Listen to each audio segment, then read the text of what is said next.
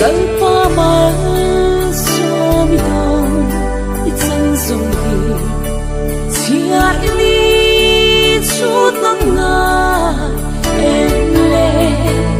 arong bol na ni su ipek chin ka lalpa ma athoning alua lo apart swata